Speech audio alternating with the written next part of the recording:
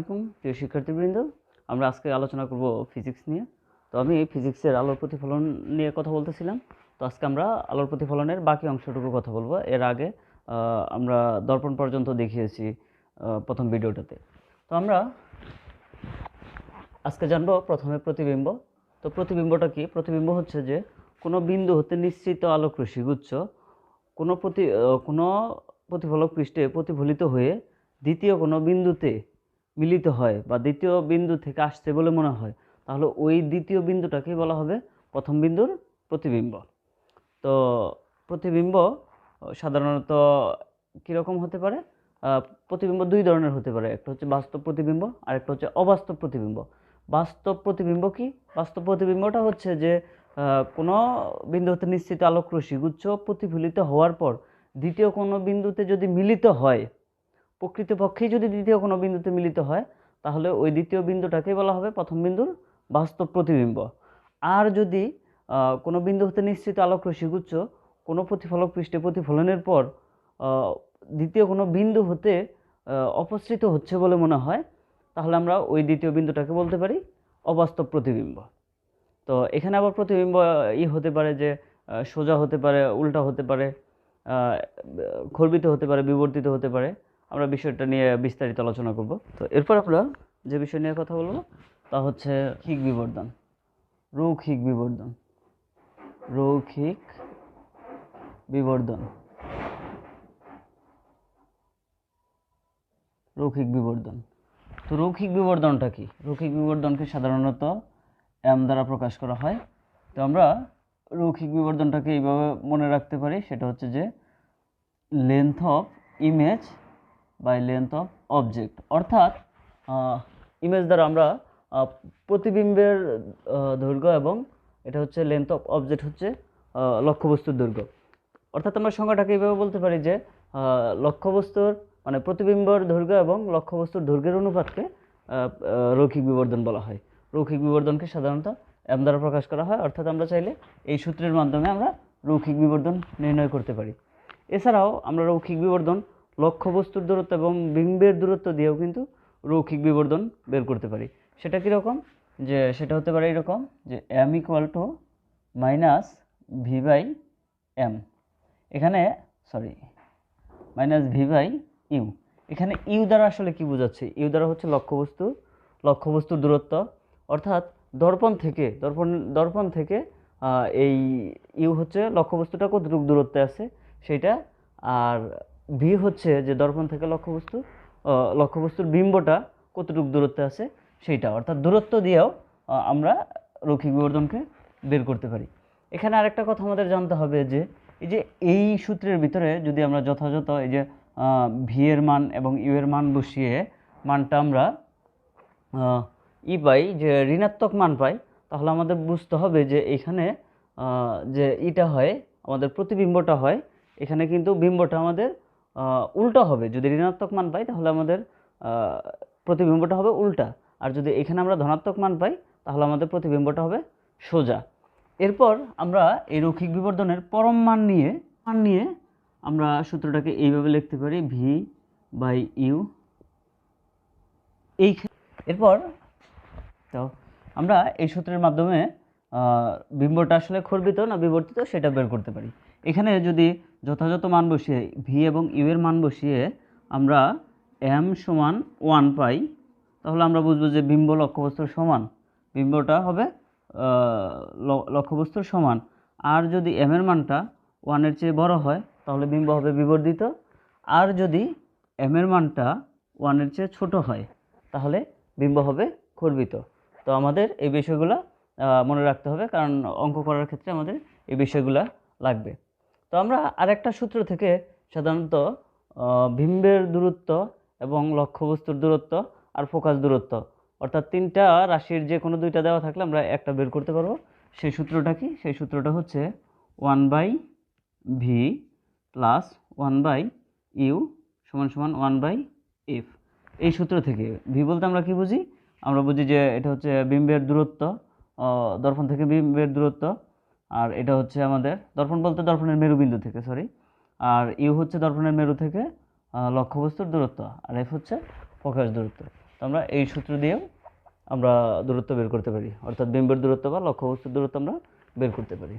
তো প্রিয় শিক্ষার্থীবৃন্দ, আমরা এরপর যে বিষয়টা নিয়ে কথা বলবো তা হচ্ছে ফোকাস দূরত্ব বক্রতার অবতল দর্পণ বা উত্তল দর্পণের ফোকাস দূরত্ব বক্রতার ব্যাসার্ধের অর্ধেক। আমরা এই সূত্রটার প্রমাণ করব। সেটা হচ্ছে যে এফ সমান সমান r/2। তো আমরা এই সূত্রটার প্রমাণ করব।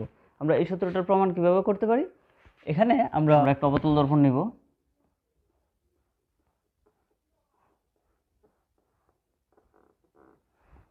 এম ও এম প্রাইম, এখানে ও হচ্ছে দর্পণের মেরু, তো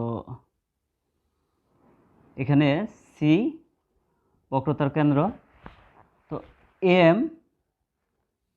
এম আলোক রশ্মি প্রধান অক্ষের সমান্তরালে গিয়ে দর্পণের এম বিন্দুতে আপতিত হয়। আপতিত হওয়ার পরে এটা এম এফ পথে প্রতিফলিত হয়। তাহলে এই এফটাই হচ্ছে প্রধান ফোকাস, কারণ আমরা জানি যে প্রধান অক্ষের সমান্তরাল আলোক রশ্মি দর্পণে আপতিত হওয়ার পর যে পথে প্রতিফলিত হয়, অর্থাৎ প্রধান অক্ষের যে বিন্দুতে ছেদ করে সেই বিন্দুটা হচ্ছে প্রধান ফোকাস। তাহলে আমাদের এই বিন্দুটা হচ্ছে প্রধান ফোকাস। আমরা সিএম যোগ করব,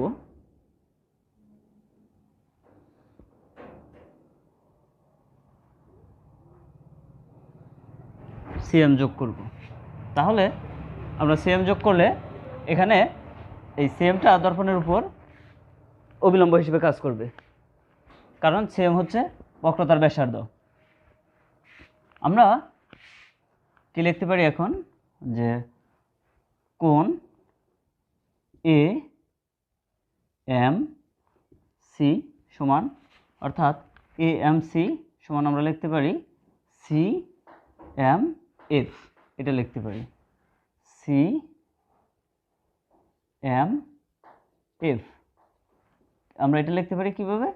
প্রতিফলনের সূত্র অনুসারে, প্রতিফলনের সূত্রানুসারে।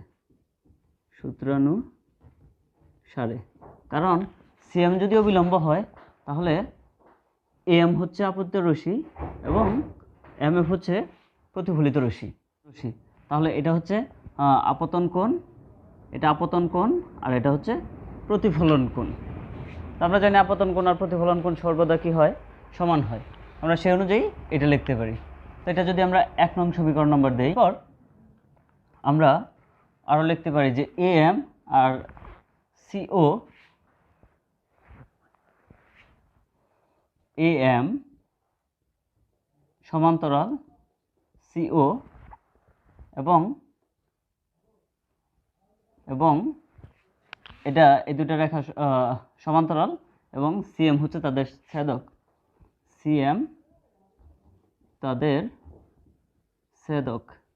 এখানে কথা হচ্ছে আমি আমার ইচ্ছা অনুযায়ী কিন্তু বর্ণ ব্যবহার করছি, তোমরা কিন্তু এটা দিয়ে কেউ বিব্রত হবে না। এখানে তোমরা যেটা দিয়ে স্বাচ্ছন্দ্য বোধ করো সেটা দিয়েই প্রুভ করবা।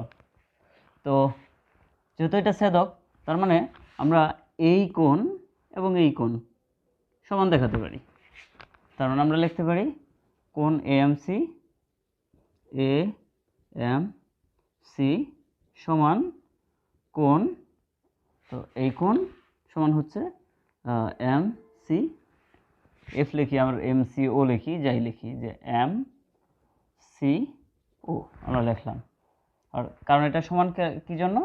এটা হচ্ছে একান্তর কোণ, একান্তর কোণ, এটা একান্তর কোণ, এটা একান্তর কোণ। তো আমরা এটা 2 নং সমীকরণ দেব।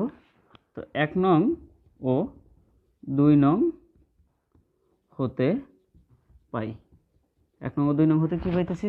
যেহেতু এম সি সমান এটা, তার মানে আমরা এটা সমান এটা লিখতে পারি। অতএব কোণ সি এম এফ সমান আমরা লিখতে পারি কোণ এম সি ও, আমরা এটা লিখতে পারি। তো আমরা এখানে এম সি ও যেহেতু লিখছি, এম সি ও অর্থাৎ আমার এই কোণটাকেই বোঝাচ্ছে। আমরা আর এখানে ও পর্যন্ত যাব না, এফ পর্যন্তই থাকবো, যে বা কোণ সি এম এফ সমান কোণ M C F, C M হ্যাঁ সিএমএফ এমসিএফ, তো আমরা এটা লিখতে পারি। তো তোমরা অবশ্যই খেয়াল করবা যে এই সিএমএফ অর্থাৎ এই কোণটাকে নির্দেশ করতেছে, আর কোণ এমসিএফ এই কোণটাকে নির্দেশ করতেছে। যেহেতু এই দুইটা কোণ একই ত্রিভুজের কোণ, অর্থাৎ একই ত্রিভুজের যদি দুইটা কোণ সমান হয় তাহলে আমরা বলতে পারি যে সমান কোণের বিপরীত বাহু দুটাও পরস্পর সমান। এটা একটা জ্যামিতিক প্রমাণ আছে, তোমরা দেখবে। তাহলে আমরা এখানে বলতে পারি যে অতএব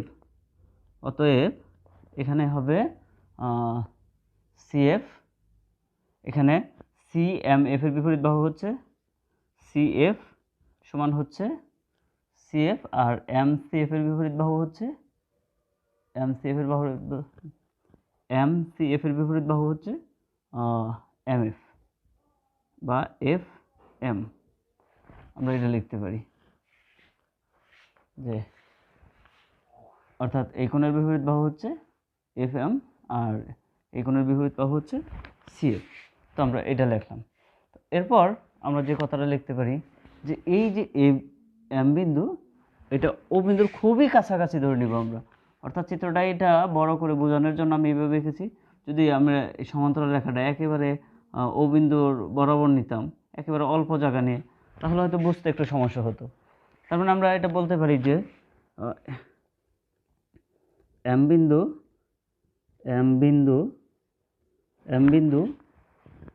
ও বিন্দুর খুব কাছাকাছি বলে এই এমএফ বা এফ এম সমান এফ ও ধরা হয়। অর্থাৎ এই এম বিন্দুটা এই ও বিন্দুর খুব কাছাকাছি বলে এই এফ এম এবং এফ ও এই দুটা বাহুকে আমাদের সমান ধরা হয়। যেহেতু এটা সমান ধরা হয়, তাহলে আমরা এখানে এই যে এফ এম আছে এই এফ এম না ব্যবহার করে এফ এম এর সমান যেহেতু এফ ও, তাহলে এফ এম এর পরিবর্তে আমরা এফ ও ব্যবহার করব। যে অর্থাৎ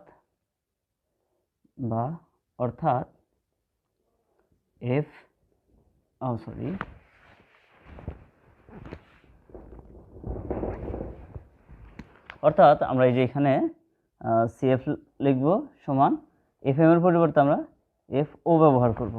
তার মানে যে সিএফ এফ ও, অর্থাৎ সিএফ এফ ও। অতএব এখানে যেহেতু সিএফ সমান এফ ও, তার মানে আমরা বলতে পারি তো অতএব এফ সিও এর মধ্যবিন্দু।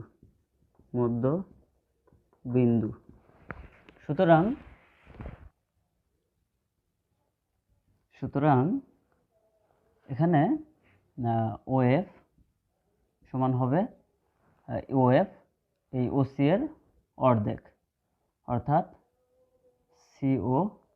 সিও ওসি আমরা যাই লিখি ভুল হবে না, এত এর অর্ধেক। কিন্তু এখানে কিন্তু যে ওএফ সমান ওএফ সমান ফোকাস দূরত্ব এবং সিও সমান আর, কারণ এটা বক্রতার ব্যাসার্ধ। অতএব আমরা লিখতে পারি ওএফ হচ্ছে ফোকাস দূরত্ব, এফ সমান r/2, অর্থাৎ অবতল দর্পণে ফোকাস দূরত্ব বক্রতার ব্যাসার্ধের অর্ধেক। তো এইভাবে উত্তল দর্পণের ক্ষেত্রেও আমাদের প্রমাণ করা যাবে যে ফোকাস দূরত্ব বক্রতার ব্যাসার্ধের অর্ধেক।